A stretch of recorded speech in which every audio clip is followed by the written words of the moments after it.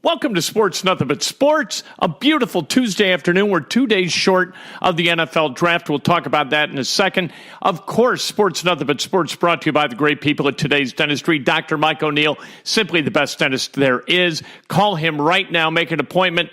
If you haven't gone to the dentist in a while, now's the time. 317-849-2933. Like I mentioned, the Colts are going to draft number 26 on Thursday if they don't trade out of the first round. Yesterday, Chris Ballard spoke to the media, kind of outlined plans a little bit, sort of gave a brief look behind the curtain, said that they're going to have roughly 160 to 180 guys on their draft board, that they're going to have, that they have a cluster of 8 that they've kind of earmarked for 26. But there's also talk that the Colts might trade out of the first round and do that for Frank Clark. Frank Clark is 25 years old, 32 sacks in the last 3 seasons for the Seattle Seahawks. He was a 63rd overall pick a few years ago. He's played 4 years. He's missed a couple of games, and that's all in his career. So he's a healthy guy. He's a hardworking guy. The problem with Frank Clark is this. From a character perspective, he has a domestic violence arrest on his record from his time when he played at the University of Michigan. That does not sit well within the walls of the Colts complex on West 56th Street. And so maybe they look at Frank Clark and they say, hey, you know what? Maybe not. Let's hold on to our first-round pick because the Seahawks are reportedly interested in a first-rounder and a second-rounder for Frank Clark. Plus, you inherit his price tag, and his price tag is substantial. And then you're going to have to negotiate some kind of an extension with him. This is the kind of high-risk, high-reward play that Chris Ballard generally doesn't make. Chris Ballard kind of keeps his cards close to the vest and prizes those draft picks he treasures those things. And is unlikely, I think, to trade a first-rounder. Now, does Frank Clark make sense from a skill set perspective, playing in a 4-3, a guy who can get to the quarterback, like I mentioned, 32 times in the last 3 seasons? He does make sense. Pass rush guys, edge rush guys, and we've seen it time and time again, whether it was with Dwight Freeney or Robert Mathis or whomever, you've got a learning curve. Robert Quinn, a good example of this for the St. Louis Rams. And then he got really, really good, right? As a rookie, there was a little bit of burst. You saw some potential production, and then he really ramped it up in subsequent years. I think the Colts would really like to get a hold of somebody who can do that today. I think that's why last year they made a couple of selections, guys like Kamoko Toure, and who may in years to come become a very, very productive defensive end edge rush guy for the Indianapolis Colts. The draft, very, very complicated. We heard a bunch of stuff from Chris Ballard. Let's turn to the great George Bremer from CNHI Sports Indiana newspapers, where he's the executive editor and, of course, covers the Colts for the Anderson Herald Bulletin. Talk to him about the draft. All right, George, let's talk about the draft that's going to be held in a couple of days. And Chris Ballard, he spoke to the media yesterday. What'd you learn from him yesterday? Yeah, I don't know. There's a lot of new information from him. I think probably the biggest takeaway is that there's 8 guys. He's got a cluster of 8 players that he believes are worthy of the pick at 26, and they seem fairly confident. At least one of those guys are going to be there. They obviously have a plan B if there's not, and I'm sure that would be a trade down, which I don't think would be a bad option in this draft. I think the other, newsworthy thing that came out of that was that he was talking about, and I've heard this from several other people, several other analysts throughout this process, that this is really a draft with only a few elite guys, and maybe only half the picks in the first round will actually have first-round grades. But then you've got this huge group of players with second-round grades that's going to start somewhere between maybe 12 and 20 and maybe stretch all the way into the third round. So, he said this is the kind of draft that a team might take somebody with the 11th overall pick, and another team might be sitting there in their draft room and have that same player 70th on the board. It's just going to be that sort of draft, and that sort of, there's good depth, but I think in those second and third rounds, you're going to find guys that really aren't that much different, that are maybe 30, 40 picks apart. And over his first 2 years running drafts for the Indianapolis Colts, I think we've learned that we can kind of take him at his word, right? Yeah, I mean, that's especially last year. You know, I mean, he came in on would have been Friday after the first 3 rounds were done, and the first thing he said to us is, "I told y'all what we were going to do," and he did. You know, he told us he was going to focus on the lines, and that's what he went and did. And I think this year it's tougher to maybe pinpoint a specific position. Last year he made it pretty clear they wanted to build the offensive line and the defensive line.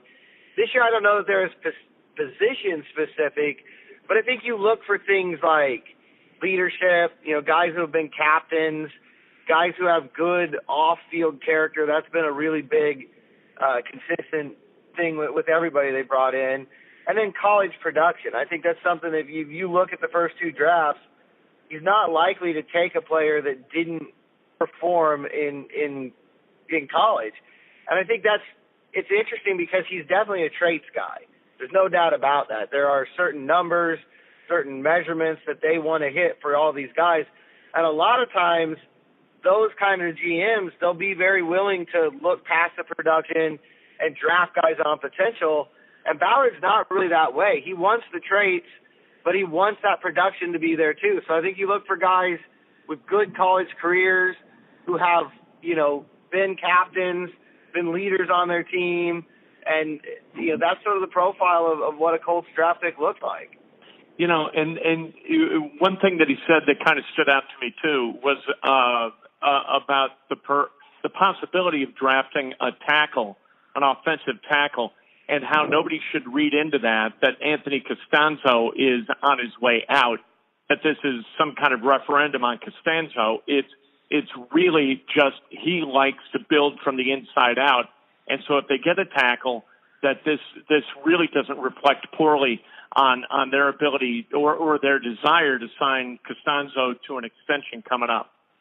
No, absolutely. And I think you have to look very far to see some evidence to support that kind of thinking. I mean, last year they had such a huge problem early in the year with their tackles, the run of hamstring injuries, and then when you got into the season, some more guys got hurt, and they were really scrambling. And that's how Braden Smith ends up being a revelation and a find at right tackle, because they went through 4, 5, 6 guys in the first few weeks of the season trying to get somebody healthy on the field. So, you know, I think that's part of it too. But I also think you look, you know, Ron Wolf kind of famously talked about you take a quarterback in every draft, whether you need one or not. That was sort of his philosophy. And I think maybe not to that extreme, but close to it. You know, I think that's how Chris Ballard is with the offensive line. He's going to always be looking to add there. And if there's somebody he likes, I don't think he'll hesitate at all to pull the trigger. Would you be surprised if they took a quarterback in the later rounds, kind of as a backup in waiting if Brissett goes someplace else? No, not at all. I mean, I think everybody kind of understands Jacoby's probably here for this year. I mean, there's still a chance, I guess, that somebody would come and blow them away with an offer, but he'll probably play out this season and then, in all likelihood, go and sign somewhere with at least a chance to be a starter next year. And so you've got to kind of get somebody in that pipeline. I know they like Phillip Walker, and I think he did a really good job last year of growth. You know, I think there was a big difference between what his preseason play last season and his preseason in 2017. But if you can get another guy in the system now, give him a year to learn what's going on, and then he can compete with Walker next year to be the backup, I think that's probably the ideal scenario. Frank Clark, his availability from the Seahawks and Newsom, it would be a relatively decent fit, at least structurally, for the Colts. But it just seems like that kind of high-risk, high-reward deal that Chris Ballard really doesn't make, especially if he's got to spend draft capital. Do you think in the end they find a way to pull the trigger on this deal? No, you know, I think it's the combination of what Seattle wants, which I've heard reports they want a first and a second round pick. Right. And then on top of that, you've got to give Frank Clark that mega free agent contract. The Colts have the cap room and they have the ammunition. I mean, they could give up 26 and 59. I don't know if that would be enough for Seattle to pull the trigger, but it would be a first and a second, obviously, and they certainly have the cap room to sign Clark. But I go back to, what Chris Ballard has said again and again about free agency, and I think there's a very strict kind of box that he draws, and if he's going to give a guy franchise money, these $100 million contracts, which is probably what it's going to take to get Frank Clark into the fold, that guy's got to check off so many boxes on and off the field, and I'm just not sure that Frank Clark's that guy. Well, and you mentioned off the field, there's that domestic violence arrest from the time that he was at Michigan, and that is something that it seems like that's a line in the sand that the Colts just don't cross. Yeah, I really thought it was telling last year when Chris McCain went through, accusations. There wasn't even any legal basis yet, and I thought it was really telling the way that Frank Reich responded to that. And he talked about specifically they're going to draw a line in the sand, and there are certain things that they're not going to tolerate. And so, they kept McCain through training camp and cut him at the end of training camp. And I think that case still, I don't think anything has been brought about him. I don't think any charges have been brought. He hasn't been convicted of anything. I think that kind of shows you where the Colts are. And it's not surprising. I mean, Frank Reich has 3 daughters. Jim Irsay has 3 daughters. I think Chris Ballard has 4, I believe. It's not surprising to see this be an organization that's going to draw a really, really hard, rigid line in the sand when it comes to that kind of stuff. Do you think the Colts are going to get better this coming season because of who they draft over the weekend, or do you think that they're going to get better because of the improvement of the guys that they drafted last year? Yeah, I think the improvement from last year is going to be such a huge part of this. And not just the guys that get drafted. One of the biggest underrated things about this is Andrew Luck. I mean, we tend to forget because he had such an outstanding season. He didn't really start throwing the football with his teammates and working on the field in this system with a bunch of new players until training camp in July. And so for him to have the full off season, to go through all the steps, be on the field with his teammates, I think that's going to be a big thing. And be in year 2 of this scheme, I think that's going to be a big area for improvement as well. And I look at a guy like Tyquan Lewis, who really didn't do anything because of injury, and a guy like Kamoko Toure, who's still kind of learning the game of football. I look at those 2 guys, and as we evaluate sort of, even with them signing Houston, there's sort of a dearth of talent as far as guys who can get to the quarterback. But those 2 guys, I think, could take a major step forward. I think in Lewis's case especially, I mean, obviously the injury slowed him down, and the timing of that. He missed so much at training camp, which is just critical for a rookie, to learn his scheme and his role. But also getting Houston's going to bump him inside more, and I think they like him a little bit more as that 3 technique. He can use his quickness a little bit more in there, get that pressure right up the middle. I think he's a guy to really look as a potential breakout. Toure showed flashes. I think he needs to be more disciplined in his rush, make sure he's staying in his lane, and more consistent. But I think you see the athleticism. You see some moments with him. And then I feel like we say this every year, but there were really some really positive signs in the second half of the season with Quincy Wilson. And you forget that he was 20 years old when he was drafted. I think he's a guy that might take some steps forward and be a vastly improved player in 2019. I think it's so interesting the way they prepared for this draft and the way you and I here, at least, we're projecting these guys, including Quincy. You know what? They could use a corner, but they don't need a corner. They could use an edge rusher, but they don't need one necessarily. They really, a wide receiver too, in going out and signing a guy like Funchess, they've kind of taken care of the need side of the equation. So during the draft, they can kind of just go get the guys they want. Absolutely. And I think, especially at a couple of those positions, corner and receiver, there's a lot of young guys who maybe haven't necessarily proven anything on the field yet, but they're guys they're intrigued by. You look at receiver in particular, T.Y. is going to be the number 1. You assume Funchess, they're giving him $10 million. He's going to be the number 2, at least coming into camp. But then after that, you've got Deion Kane coming back from the knee injury after what was a remarkably impressive summer. Now, that doesn't get you anywhere, but it's certainly something to keep an eye on. Marcus Johnson seemed like he was having a breakout game against the Jets when he hurt his knee. He's going to be back and be in that mix. You've got Reese Fountain, who really spent most of the year on the practice squad. We don't know for sure what they have in him. He's another young, intriguing guy. Chester Rogers is probably going to get one more shot to see if he can put it together. And even a guy like Krishawn Hogan is still hanging around and is going to be healthy after a knee injury kind of took him out of most of last year. There's a lot of young talent, none of it proven, none of it you can bank on, but a lot of really interesting competition for the summer. You throw a draft pick in there as well. I think that's it's that way at corner with Jalen Collins. It's that way on the defensive line with some of the young guys like Lewis and Toure. I think that's what Ballard wants. He's getting that spirit of competition. I think the draft is only going to add to that. Throw a few more guys into that mix, and it should be a really interesting and fun training camp to watch because of that. Talking to George Bremer from the Anderson Herald. Bolton does a great job covering the Colts. What do you think of Darius Leonard coming in a little bit lighter? He's always been a little bit light. Now he's coming in even lighter.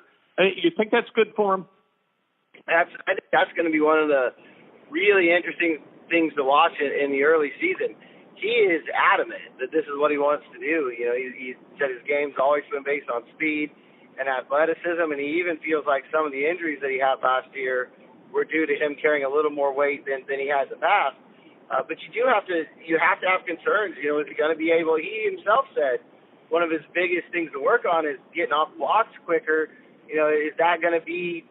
Is cutting down weight going to help him in that regard? Right. I think it's going to be an interesting thing to watch. There's no doubt he's got the athleticism and the speed. If he can continue with the physicality at that weight, I think it'll be a good thing. But it's one of those things that it remains to be seen. I think it's so interesting looking at the free agents. Ryan Grant, the only free agent from the Colts who's signed elsewhere, and a gob of free agents have been retained by the Colts. And Ballard's always said, we really want to reward our own. Absolutely true to his word again, right? Once you're a Colt guy, they really value Colt guys. Yeah, I think even Dontrell Inman is not completely out of the picture yet, as a possible return. And I think that one, because of what we just talked about with the youth at receiver, I think at some point you start to wonder, is there a role for him? Is there a place left for him? But I think, they want to bring in as many guys as they can. They want to bring back as many guys as they can. And like you said, I think one of the biggest things to me about Chris Ballard is how straightforward he is. He talks about, this is what we're going to do, and then he backs that up with his actions. They've talked about building through the draft, rewarding their own. Then you get the kind of continuity that they have right now, and I think they've obviously got a long way to go to get here. It's the early stages. But if you look back at the Bill Polian era and the success that they had when Tony Dungy was the head coach, there was that kind of continuity. Guys, they did everything they could to bring back as many guys as they could each year, and that core stayed together, grew together. I think that's such a big key in football, to be able to have guys who are on the same page, who have been on the same page for multiple years. And Andrew Luck kind of mentioned it last week. You look at things like this is year 2 in the offense, and they should be able to take steps forward.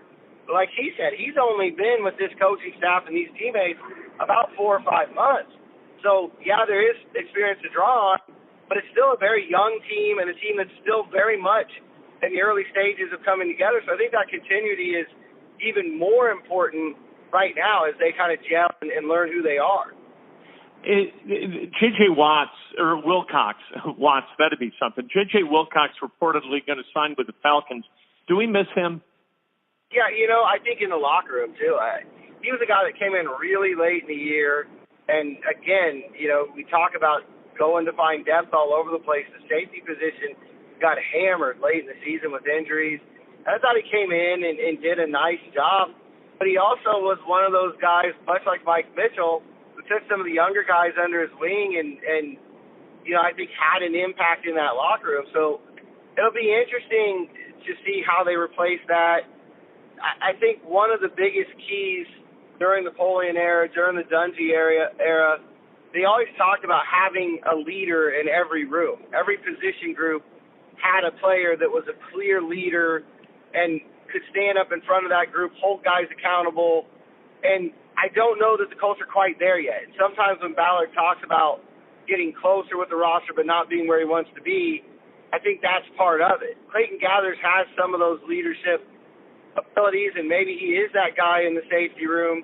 But there's no doubt Mike Mitchell filled that role last year. I think J.J. Wilcox had how to roll in that last year. And I think that's really it's another one of those things that made those Colts teams so successful, having one of those guys in every room who can immediately reinforce what the coaches are saying, but also hold guys accountable in real time. I think they're still working on that. I love it. Great stuff, George. Thanks very much. No problem. Anytime. All right, let's talk about the NBA playoffs a little bit. The Milwaukee Bucks absolutely destroyed the Detroit Pistons last night in the second half. The Pistons, they went into halftime with a 6-point lead. They lost that game by 23 last night. They were outscored in the second half, 71-42. Giannis Antetokounmpo, absolutely fantastic last night, 41 points, 9 rebounds. He hit 12 of 23 from the field, 2 of 6 from beyond the arc, which is really pretty good for him. He went to the line 20 times. Middleton with 18, Bledsoe with 16, Mirotic with 12 off the bench. The more I watch the Bucks, the more I really think that they can compete for that NBA championship. Maybe it's a year early, but I think they can get this done. They are really, really good defensively. They are really, really good offensively. If it winds up being the Bucks and the Warriors in the NBA Finals, I think it's going to be a knockdown, drag-out, 7-game series, not because the Warriors kind of, check out a little bit during a couple of games like they tend to do, because they are that good that they can and still win series most of the time. The biggest exception being a few years ago when they lost to the Cavaliers after taking a 3-1 lead in that series. I think the Bucks are just really, really good. I think Bledsoe's really fast. Antetokounmpo is the best two-way player in the game, which means he is the best player in the game. You've got guys, role players like Lopez and Middleton and Sterling Brown, Mirotic, a terrific knockdown three-point shooter, George Hill, who does nothing but make positive plays. Last night, you know what? George Hill led the Bucks in plus-minus at plus 29 last night. Giannis was plus 22. George Hill just makes winning plays when he's on the floor. I love to see the guy play. He did have 2 turnovers last night, 3 fouls, but all that being said, man, is he way more good than is he bad? At the end of the day, the scales really tip in favor of George Hill being really a force for good for the Milwaukee Bucks. I think they're absolutely terrific. We found out yesterday that Tim Buckley is going to be an assistant at UNLV. Ray McCallum is going to be an assistant head coach at Tulane. He's following Ron Hunter down to Tulane, and so we found that out. We also found out Kyle Guy is burning the boats. He's going to stay in the NBA draft, and good for him, man. In for a penny, in for a pound. Bet on yourself. I love Kyle Guy. I love the swag he brought to UVA in winning that national championship this past year. I think a lot of what Virginia did this year is attributable to Kyle Guy and his leadership coming off that brutal loss to the 16-seed UMBC in last year's NCAA tournament. Brian McCauley, he's not going to be back as Noblesville's head basketball coach. He's been there since 2013. Noblesville has always won between 10 and 14 games under McCauley. McCauley, a really good dude and a terrific coach, came from Kokomo. And you know what? Sometimes coaching just wears on a guy, where the hours are long, the pay is scant, and the parental interference is way too much to tolerate. And so there are a lot of really, really good coaches who are taking a step back from that, that passion. Right, that's what it is. You've got a passion for it, so you do it. You want to help kids learn the game. You want a little taste of that competitive fire, and you want to instill that in your guys. And some guys can do it over a long period of time, and then other guys are kind of like, you know what? This, with the parents and with the time and all this other stuff that goes along with the good stuff, the scales, they just don't balance appropriately for me. And so guys are taking a step back from high school basketball coaching. Parents, I'm telling you, you better back the hell off, because you're going to get exactly the kind of coaching that you deserve if you don't. Tomorrow on Breakfast with Kent, it's on Facebook Live, 8 o'clock. It's on Periscope at 8:10. Always on KentSterling.com. We write something every single day. And then the Sports Nothing But Sports, of course, on SoundCloud, thegruelingtruth.net. We're on iTunes. We're everywhere. All brought to you by the great people at Today's Dentistry. Give them a call. Become their next new patient like I did 26 years ago.